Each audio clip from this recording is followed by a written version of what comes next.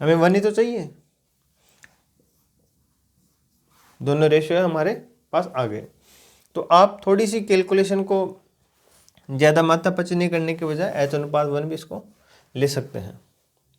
ये तो हो गया आपका जो ये 1 नंबर है इसका सॉल्यूशन। अब वीडियो पॉज करके आप उतारो इसको। अब हम करते हैं सेकंड इसका।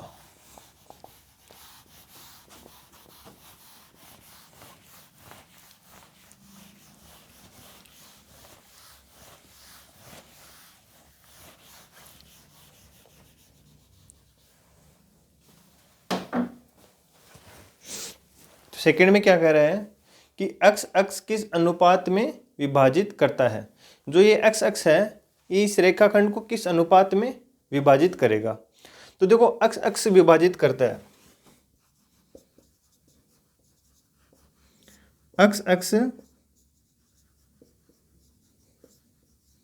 विभाजित करेगा। तो देखो x अक्ष विभाजित करेगा तो वहां पर जो इसका y निर्देशांक है वो तो 0 होगा, क्योंकि x अक्ष पर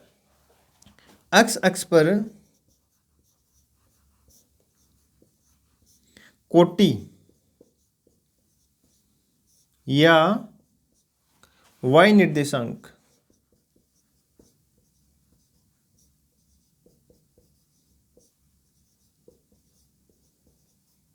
शून्य या 0 होता है। x अक्ष पर क्या होगा, जो y निर्देशांक है, जो कोटि है वो 0 होती है। तो यहाँ पर x अक्ष को विभाजित करने की बात आएगी तो ये इन दो में से जो y है वो तो 0 हो जाएगा। मान लेते हैं कि इस रेखाखंड को, ये जो रेखाखंड है इसको x अक्ष विभाजित करता है तो उसका जो y निर्देशांक वो तो 0 हो जाएगा, और हमें इसका जो x निर्देशांक है वो पता कर लेंगे, और उससे हम पता कर लेंगे कि जो ये है मतलब कि इस रेखाखंड को x अक्ष वो किस अनुपात में विभाजित करता है।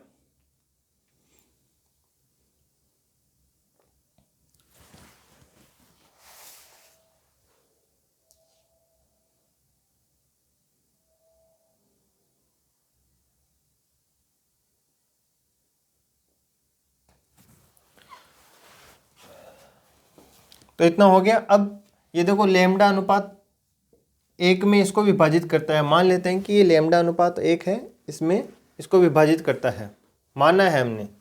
y निर्देशांक हमारे पास आ गया, x निर्देशांक हमारे पास है नहीं। तो देखो y निर्देशांक हो जाएगा इसका 0।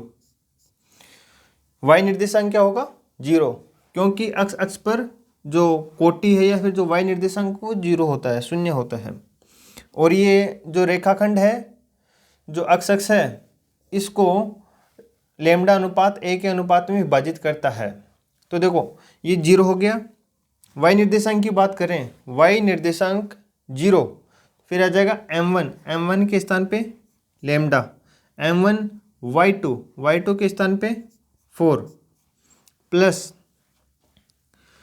m2 मतलब 1, फिर y1 आ जाएगा 9, और नीचे लैम्डा प्लस 1, ये पूरा जाके इधर हो जाएगा माइनस का, ये इधर आएगा तो पूरा हो जाएगा माइनस, तो हो जाएगा 0 हो जाएगा, ये हो जाएगा 4 लैम्डा प्लस 9। तो यहाँ से इसको माइनस को इधर ले आएंगे, 9 को इधर लेके आएंगे तो माइनस हो जाएगा, तो -9/4। तो लैम्डा अपॉन 1 की वैल्यू कितनी आ गई, -9/4। तो -9/4 का मतलब क्या हो गया, ये माइनस का आ रहा है ना। कभी भी अगर आप विभाजन की बात करते हैं तो इसमें अगर ऋणात्मक साइन आ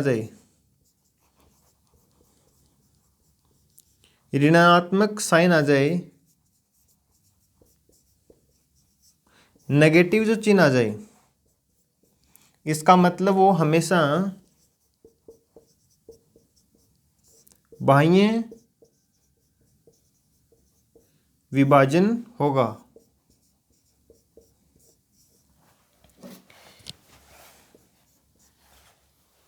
ये बात आपको ध्यान रखनी है। तो देखो एक बार फिर से रिपीट कर देता हूँ। एक्स अक्ष की बात कर रही है कि इस रेखाखंड को एक्स अक्ष है वो विभाजित करता है, इसको विभाजित करेगा तो इसकी जो कोटि है, जो वाई निर्देशांक वो होंगे शून्य।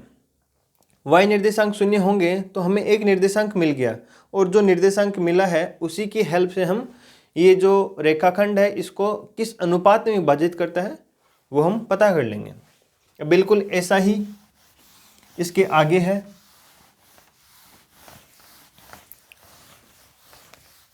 एज इट इज क्वेश्चन है कि ये वाई अक्ष है, इस रेखाखंड को किस अनुपात में विभाजित करेगा। तो देखो वाई अक्ष ये थर्ड नंबर है, वाई एक्स की बात कर रहे हैं कि वाई एक्स इस रेखाखंड को किस अनुपात में विभाजित करेगा।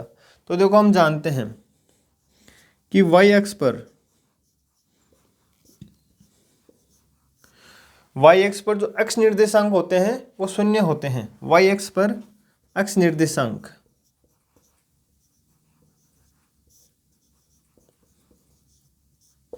एक्स निर्देशांक का दूसरा नाम जो कि एनसीईआरटी में भी दिया है और जो ओल्ड आरबीएसई वाली बुक है उसमें भी दिया है, और जो यूपी बोर्ड की जो ओल्ड बुक है उसमें भी आपको दिया है, इसको कहते हैं भुज।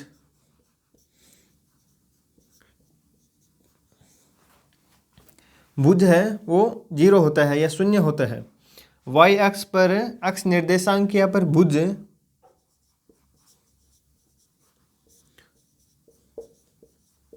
शून्य होता है। शून्य होता का मतलब कि इसका हमें एक निर्देशांक तो मिल गया। एक्स और वाई जो दो निर्देशांक होते हैं तो एक्स निर्देशांक 0 होता है, ये हमें मिल गया। तो देखो ये किस अनुपात में विभाजित करेगा, तो विभाजित करने वाला जो फॉर्मूला होता है इसमें दो होते हैं। तो ये तो होता है एक्स और ये होता है वाई निर्देशांक। एक्स निर्देशांक की बात करें तो ये होता है m1 x2 plus m2 x1 divide by m1 plus m2, यही होता है। तो ये कितना है हमारे पास, ये एक्स निर्देशांक है और ये हमारे पास दिया है 0।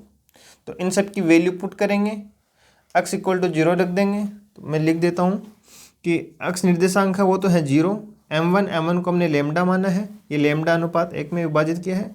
लेमडा x2 की बात करें तो -7 प्लस m2 को हो जाएगा 1 इंटू x1 लेमडा प्लस 1। तो देखो लेमडा इधर आके हो जाएगा माइनस का माइनस, तो ये हो जाएगा प्लस का 7 लेमडा इक्वल टू 8। तो लेमडा अपॉन 1 हो जाएगा 8/7। तो ये 8:7। ये देखो पॉजिटिव आया है, पॉजिटिव का आया मतलब अंतः विभाजन होगा। तो ये आपके अंतः विभाजन और बाह्य विभाजन के हैं वो कंप्लीट क्वेश्चन हो चुके हैं। अब कुछ इसके केंद्रक के क्वेश्चन हैं। कुछ क्वेश्चन है मतलब कि जो ज्योमेट्री है इसके अंदर जो समांतर चतुर्भुज होते हैं, समांतर चतुर्भुज वर्सेस जो आयत है उसकी बात कर रहे हैं, और एक समचतुर्भुज वर्सेस वर्ग की। तो इनमें दो छोटे छोटे कॉन्सेप्ट हैं उनकी बात करेंगे, और एक होता है त्रिभुज का केंद्रक, एक होता है बहिकेंद्र। तो ये छोटे छोटे पॉइंट्स हैं, इनसे रिलेटेड भी कुछ क्वेश्चन है तो अपने नेक्स्ट क्लास में देखेंगे। तो आज के लिए इतना ही, फिर मिलते हैं नई क्लास में।